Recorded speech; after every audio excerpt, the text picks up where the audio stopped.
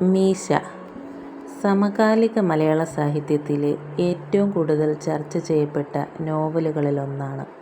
2018 പ്രസിദ്ധീകരിച്ച ഈ കൃതി സാമൂഹിക ഘടന, ജാതി, മതം, രാഷ്ട്രീയം, പുരുഷാധിപത്യം, അധികാരബന്ധങ്ങൾ എന്നിവയെ ആഴത്തിൽ പരിശോധിക്കുന്നു. ഇത് ഒരു കഥ മാത്രമല്ല, കേരളത്തിൻ്റെ സാമൂഹിക ചരിത്രത്തെ പുനർവായനയ്ക്ക് വിധേയമാക്കുന്ന ഒരു സാഹിത്യ സൃഷ്ടിയാണ്. എഴുത്തുകാരനെ പരിചയപ്പെട്ടാലോ? എസ്. ഹരീഷ് മലയാളത്തിലെ ശ്രദ്ധേയനായ നോവലിസ്റ്റും ചെറുകഥാകൃത്തുമാണ്. പ്രധാന കൃതികൾ: ആദം, മീശ, മറ്റു കഥാസമാഹാരങ്ങൾ. ഹരീഷിൻ്റെ രചനകളുടെ പ്രത്യേകത: ഗ്രാമജീവിതത്തിൻ്റെ സൂക്ഷ്മ ചിത്രണം, ചരിത്രവും മിത്തും തമ്മിലുള്ള സംവാദം, ശക്തമായ സാമൂഹിക വിമർശനം, മനുഷ്യ മനസ്സിൻ്റെ സങ്കീർണത. ഇനി നമുക്ക് നോവലിൻ്റെ പശ്ചാത്തലം നോക്കാം. കഥ നടക്കുന്നത് കേരളത്തിലെ ഒരു ഗ്രാമമാണ്. എന്നാൽ അതൊരു പ്രത്യേക ഗ്രാമത്തിൻ്റെ കഥയല്ല. കേരളത്തിലെ അനേകം ഗ്രാമങ്ങളുടെ സാമൂഹിക ചരിത്രത്തിൻ്റെ പ്രതിനിധിയാണ് ഈ ഗ്രാമം. അവിടെ കാണുന്നത് ജാതി വ്യവസ്ഥ, ക്ഷേത്ര കേന്ദ്രീകൃത സമൂഹം, അധികാരബന്ധങ്ങൾ, ഭൂമിയും മനുഷ്യനും തമ്മിലുള്ള ബന്ധം, രാഷ്ട്രീയ മാറ്റങ്ങൾ. മീശ എന്ന ശീർഷകം വെറും ശരീരഭാരത്തെ സൂചിപ്പിക്കുന്നില്ല, അത് പ്രതീകമാണ്. മീശ സൂചിപ്പിക്കുന്നത് പുരുഷാധിപത്യം, അധികാരം, ആണത്തം, സാമൂഹിക മേൽക്കോയ്മ, ഭയം സൃഷ്ടിക്കുന്ന ശക്തി. അതുകൊണ്ട് തന്നെ ശീർഷകം നോവലിൻ്റെ ആശയവുമായി ചേർന്നു നിൽക്കുന്നു. ഇനി കഥയുടെ സംഗ്രഹത്തിലേക്ക് കടന്നാലോ? നോവലിൻ്റെ കേന്ദ്രത്തിൽ നിരവധി കഥാപാത്രങ്ങളും അവരുടെ ജീവിതങ്ങളുമുണ്ട്.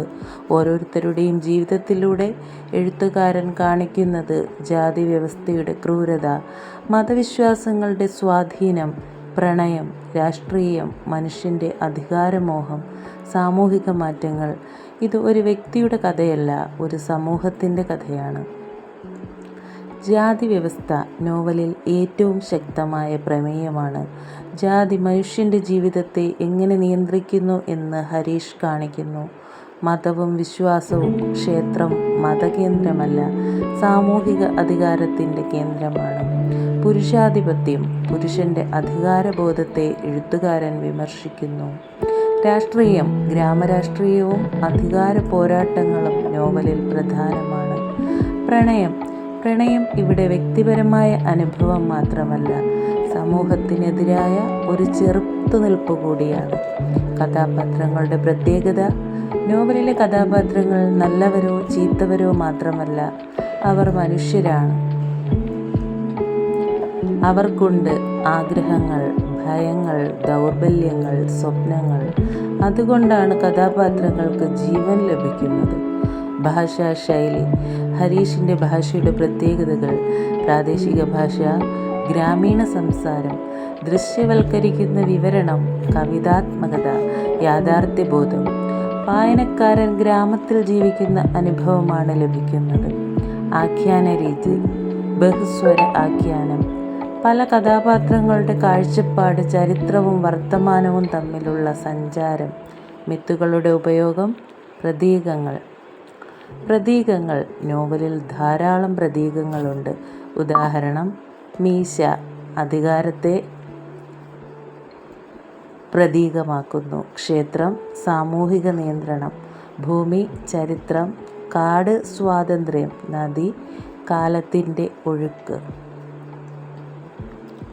സാമൂഹിക വിമർശനം. ഹരീഷ് ചോദിക്കുന്ന പ്രധാന ചോദ്യങ്ങൾ: ജാതി ഇന്നും ജീവിച്ചിരിക്കുന്നുണ്ടോ? മതം മനുഷ്യനെ മോചിപ്പിക്കുമോ? അധികാരം ആരുടെ കയ്യിലാണ്? ചരിത്രം ആരാണ് എഴുതുന്നത്?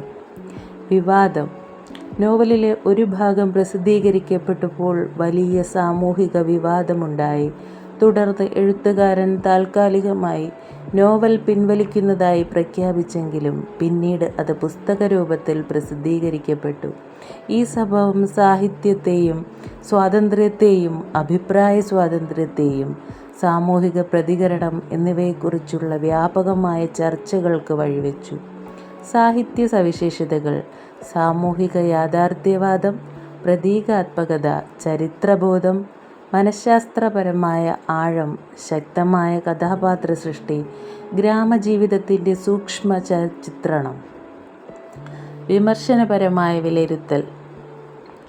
വ്യക്തികൾ, വ്യത്യസ്തമായ ആഖ്യാനശൈലി, ശക്തമായ ഭാഷ, സാമൂഹിക വിമർശനം, ആഴമുള്ള കഥാപാത്രങ്ങൾ കേരളത്തിൻ്റെ സാമൂഹിക ചരിത്രത്തെ പുതുമയോടെ അവതരിപ്പിക്കുന്നു. വിമർശനങ്ങൾ. ചില ഭാഗങ്ങൾ ദൈർഘ്യമേറിയതായി ചില വായനക്കാർക്ക് അനുഭവപ്പെടാം. പ്രാദേശിക ഭാഷയുടെ സാന്നിധ്യം ചിലർക്ക് വായനയിൽ വെല്ലുവിളിയാകാം. പ്രസിദ്ധീകരണ കാലത്ത് ചില ആശയങ്ങളും ചില ചർച്ചകളും വിവാദങ്ങൾക്ക് കാരണമായി. മീശ ഒരു നോവൽ മാത്രമല്ല, കേരളത്തിൻ്റെ സാമൂഹിക ഘടനയെയും ചരിത്രത്തെയും അധികാരബന്ധങ്ങളെയും ചോദ്യം ചെയ്യുന്ന ശ്രദ്ധേയമായ സാഹിത്യകൃതിയാണ്.